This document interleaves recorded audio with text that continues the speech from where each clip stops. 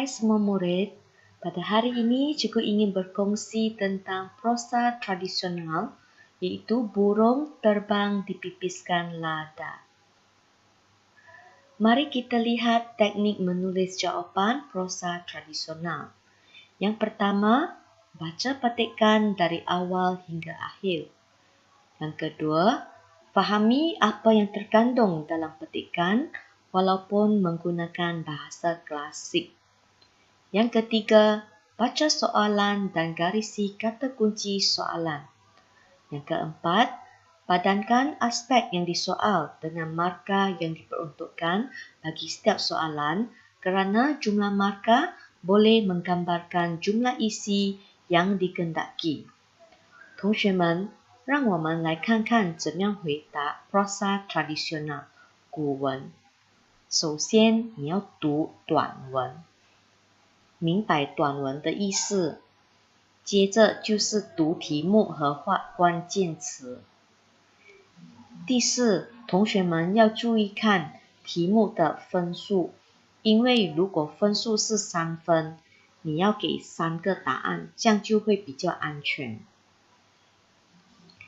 Yang kelima, tulis jawapan menggunakan ayat yang gramatis dari segi struktur ayat dan tanda baca yang digunakan.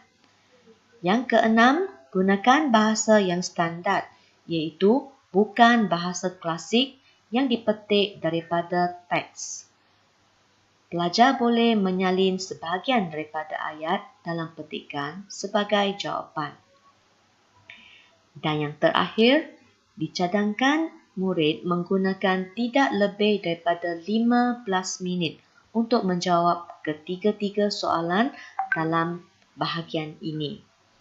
同学们，当你们写造句的时候，记得你们的造句是完整的造句，然后是用对的语法、标点符号和听写来写的。第六，你们的造句是用现代文来回答，不是用文章里面的古文。可是同学们也是可以用文章里面的一些造句或它的词汇来回答，来当作是你的答案。最后，你们回答这种题目不要超过15分钟。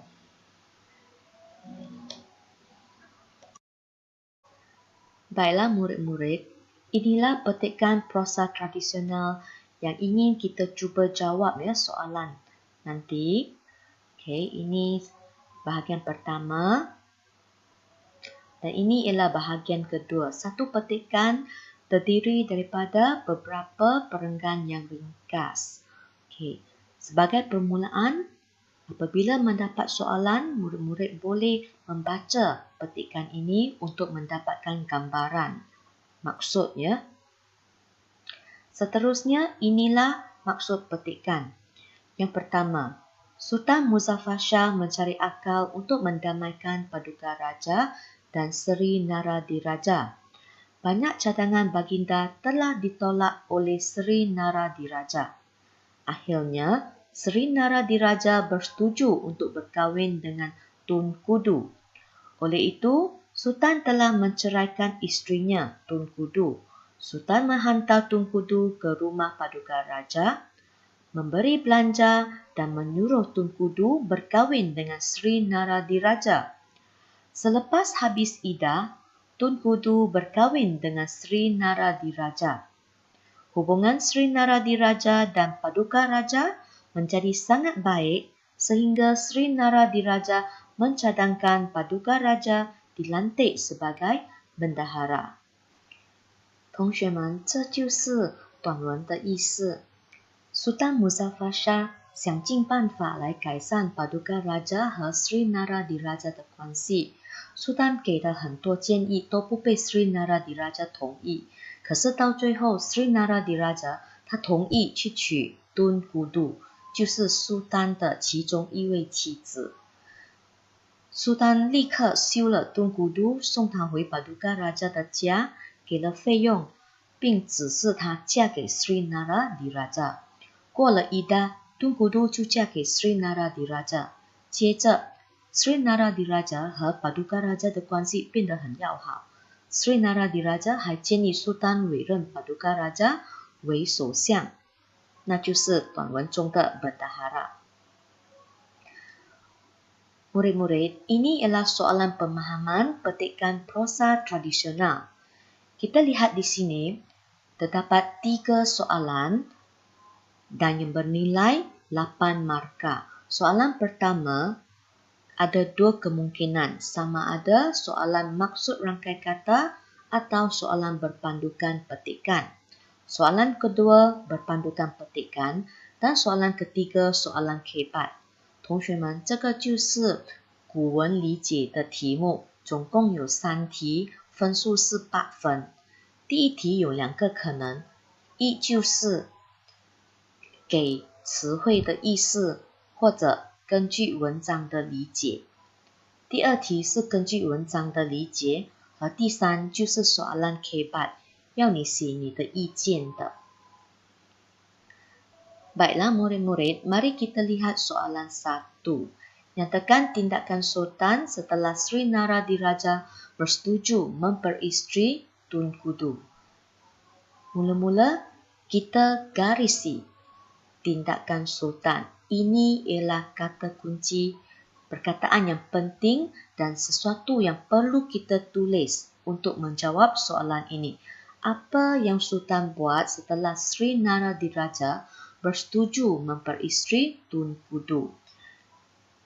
Cikgu telah letakkan di sini perenggan yang ada jawapan. Bahagian jawapan telah cikgu garisi garisan biru. Okey, kita mulakan jawapan dengan menulis perkataan yang ada dalam soalan, iaitu tindakan Sultan setelah Sri Naradiraja bersetuju memperistri Tun Kudu ialah sesaat itu juga ditalak oleh baginda dan dihantar ke rumah Paduka Raja. Seterusnya, Tun Kudu diberi belanja dan disuruh hadir berkahwin dengan Sri Naradiraja. Dalam jawapan ini, cikgu telah letakkan 4 isi, 4 jawapan. Jika murid menulis 2 jawapan, sudah cukup untuk mendapat 2 markah. Tetapi bagi murid yang pandai, yang boleh mendapat kesemua jawapan, cikgu sarankan kamu tulislah semua jawapan di sini. 同学们，第一题需要我们写苏丹的顶打干，苏丹做什么？当 Sri Naradiraja 同意娶这个 Tun Kudu， 所以老师已经把这个有答案的那一段放在这边，你会看到的是老师用蓝线画了，那个就是答案的部分 ，OK， 所以我们的答案就可以用这样子的方法写。我们把全部4个答案写。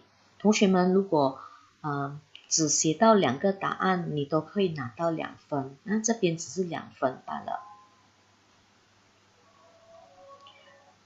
Baik, seterusnya soalan kedua. Apakah terjadi antara Sri Naradiraja dengan Paduka Raja setelah Sri Naradiraja bernikah dengan Tun Kudu? Soalan ini bertanya tentang perkara yang terjadi setelah Sri Naradiraja telah berkahwin dengan Tun Kudu. Jadi kita cari dalam petikan dan kita dapati bahagian inilah perenggan ini. Dah telah sudah lepas iddah, maka Sri Naradiraja pun bernikah dengan Tun Kudu. Bahagian ini memberitahu kita bahawa Sri Naradiraja telah berkahwin dengan Tun Kudu. Jadi baris kedua, ketiga, keempat bahagian ini ada jawapan. Kita mulakan jawapan kita dengan perkara yang terjadi antara Sri Naradiraja dengan Paduka Raja setelah Sri Naradiraja bernikah dengan Tun Kudu ialah. Murid-murid jangan malas Kita menggunakan hampir semua perkataan dalam soalan, kecuali di sini apakah kita tidak tulislah Apakah ialah kata tanya kita tak tulis dalam jawapan. Kita gantikan dengan perkara yang. Dan jawapan kita dapat Sri Naradiraja bermuafakat dengan Paduka Raja. Yang kedua, hubungan mereka menjadi rapat seperti saudara sejalan. Okey, di sini ada 2 markah, 2 isi 2 markah. Dan selain itu, Sri Naradiraja juga memberikan cadangan kepada Sultan Muzaffar Shah supaya melantik Paduka Raja sebagai bendahara. Kesemua jawapan ada 3 isi. Okey, kadang-kadang 3 isi memerlukan 3 jawapan ataupun 2 jawapan. Jadi sebagai langkah yang selamat kita dapat 3 jawapan, kita tulislah 3 jawapan. Kerana semua ada di sini dalam petikan.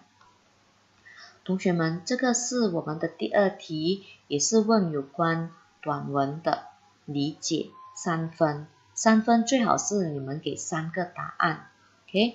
所以让我们看看这边其实就是有3个答案 ，OK？ 所以我们就是引用题目里面的字来开始我们的造句，再配上我们在短文中找到的答案，就用白话文写下来。